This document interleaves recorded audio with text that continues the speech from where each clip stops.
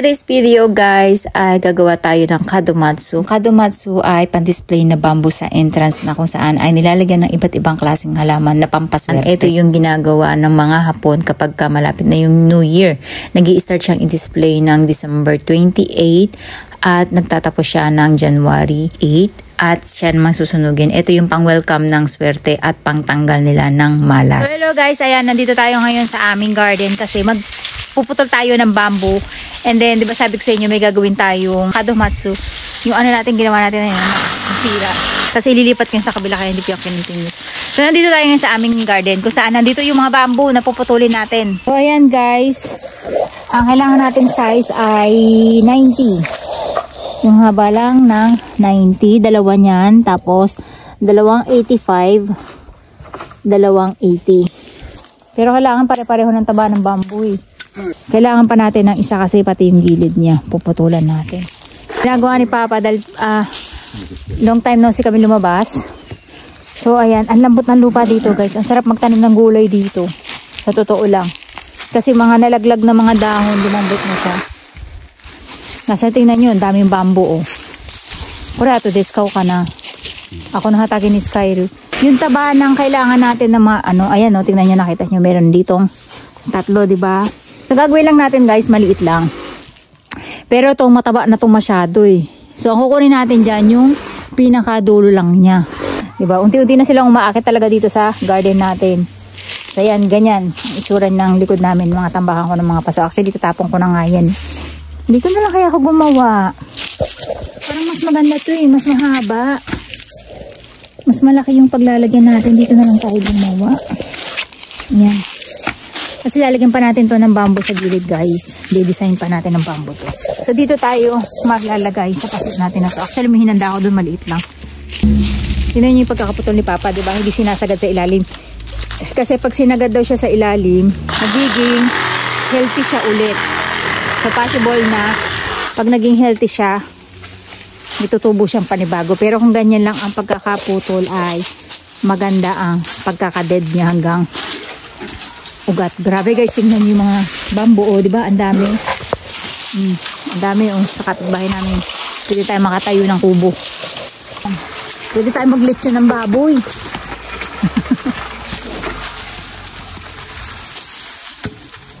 Tapos yan guys, lilinisin lang yan ni Papa, tatanggalin yung mga gilid-gilid na yan. Kakailanganin natin ay pan decoration. So pipitas tayo ng mga ilang piraso nito, pero mamaya na panguhuli natin yan kasi baka malanta. Ang kailangan lang natin muna ay yung mga itutusok-tusok natin. Ito din, isa to sa mga gagamitin natin guys. Ayan. Etong tsubaki. Napakaganda kasi ng bulaklak na yan, parang rosas. Ayan, kung makikita nyo. Yan yung gagamitin natin na pan-decoration. Tapos, meron tayo dito actually, eto, konti lang. So, kukuha tayo dun sa my garden. So, eto na guys, yung naputol natin. Ang magagawa lang muna natin ay isa na lang kasi talaga napakahirap. O, ang dami natin pinupuputol na bamboo. Ayan, nakapaghanda na rin tayo dito ng ipapanggilid natin. Actually, ito yung ipanggaganto natin guys sa gilid niya. Kasi, kailangan na yan. Yan. Guys, ang ginagawa lang natin dito ay pinalalabas lang natin yung lamis niya para mas maging maganda siyang tingnan. So, isa lang yung ginawa natin kasi napakahirap niyang gawin. Actually, kahit isa lang naman. Tingnan nyo guys, iba-iba, diba? Tapos dapat to perfect cut. Kaya lang, dahil beginner pa lang tayo, okay na yan. Tapos, iti-tape lang natin siya. Waratirumi tayo dito. Actually, dito tinatape, tinatali na talaga to ng diretso, guys. Kaya lang para hindi siya gumalaw. Ano ka na yun? Gumalaw mo eh.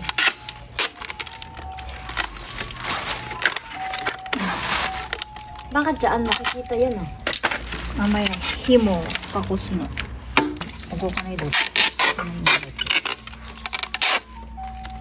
So, tapos tatali natin siya ng ganito guys. Kailangan abaka talaga. Nanka, take no ireteru ne. So, kawaii. So, ito. 意味がわからん。違う。太いないんだよね。前売ってたのに、ダイソーに。寒い。おお、kanina to. いないね。ライスいい加減で作ったんです。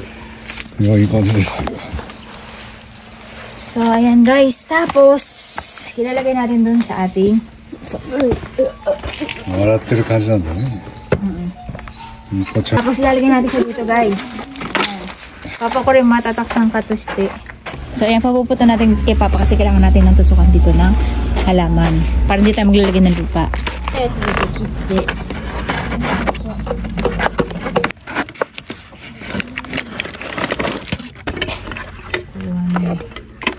Para balance kita namin. Yan. Tapos lalagyan namin ng tubig. So. So, eto guys. Naputol tayo. Dine. Ito yung needle pine tree guys. Kailangan natin to. Tapos ito guys. Ito tayo. Wow. Tapos, puputunan lang natin to dito, guys. Ayan. Para yung pagtutusukan natin ng tubig. Ayan. Ayan, guys, yung mga napili nating halaman. Tapos, nilagyan na ni Ate Aska Ate Akari ng tubig. Ayan. Tapos, kailangan di siya umaalog. Ayan. So, ganyan yung itsura niya. Ang quick niya. And then, ito, last natin tong ilalagay dito. Hi. Akari to win, no? Sense de. Irito iyo. Di pa pabakap si Wata. Ha? So, ayan guys, sila yung pinag-aano ko. na lang. Yada. Nilagyan niya Ate Akar kanina ng tubig. Tapos, ayan na siya ngayon. Necha mo rin ka. Ikaw na lang. Magalit siya mo siya.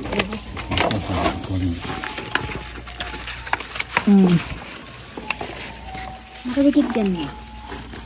Malaki pa ako sa insekto. Ayun. Ayun, takot sa insekto. Oh, di ba? Kakoy takaso dyan.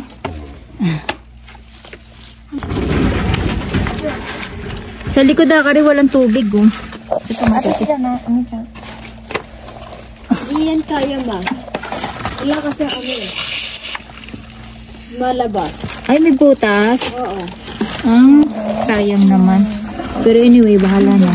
Pambalance natin kasi. Dapat mo kanina maan. Atarashi katahogay. Arigato. May kinakunan siya. Wow. Ano yatin no? Kakoy. Wait lang. Kasi para matapos natin to. Makikita Ano, mo niya. ikiba na dyan. Minano sense de.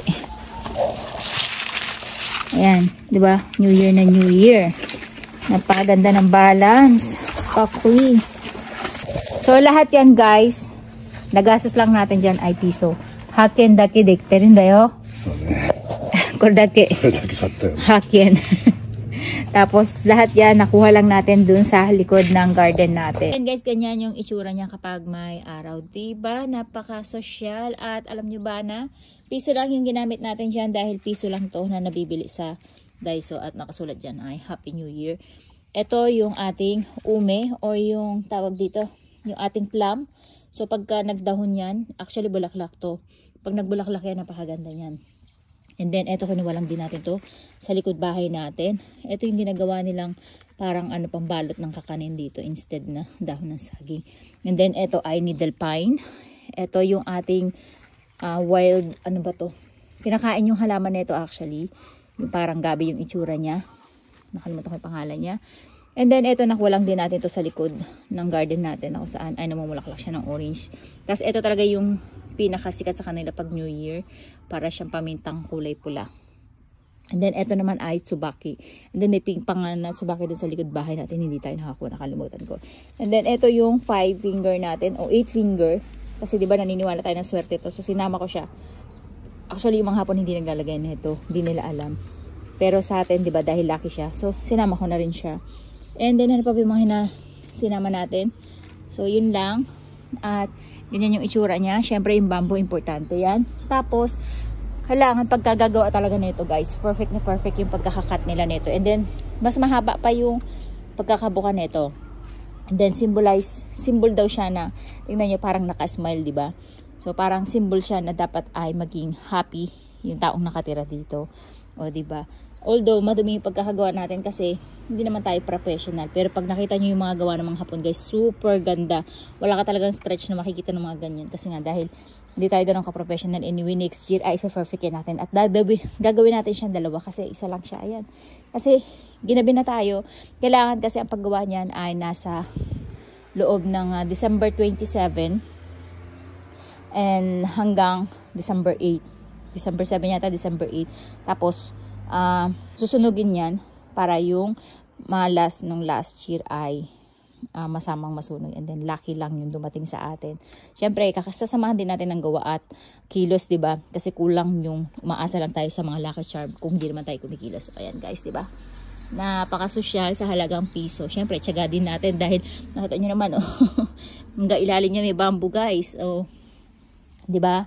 Kaya tuwa-tuwa yung mga nakakita niyan kasi nga nakagawa daw tayo niyan kasi sila talagang bumibili niya napakamahal. Yung maliit lang yan, binibili nila ng 5,000. Yung maliit lang ha, as in maliit lang guys. Siguro mga 1 tangkal, 2 tangkal lang, ganun lang. So ayan guys, diba? At abangan nyo yung pagsunog natin yasda sa December 8 ba? Ay, ang dami pala natin pula dun, no? Yun. Yung pula. Yan yung ginagamit nilang pan-display kapag New Year. So, hindi natin siya abot. Mag-aadsa na tayo. Kasi ito yung pine tree na pinagkuhanan natin. Tapos, ito yung pinagkuhanan natin na ume. Ayan. Dito tayo kumuha ng ume. Ayan guys, ang dami ko ng sakurambo o yung cherry na pwedeng ipamigay. Marami ng ugat yan. Actually, nung 3 months pa lang marami ng ugat yan. Tinamad lang akong putulin kasi gusto ko siya itatanim. So, ayan, kapag kami mga dumalaw dito, halimbawa gusto niyo ng cherry, ayan, for free yan guys, ikakat ko lang yan, tapos tatanim niyo. Puno na, ayan, no. Pag tanimin niyo siya, puno na talaga. At may ugat na din siya. So, ito, tanggalin natin to. Alam ko matibay yung cherry. Oh, ayan.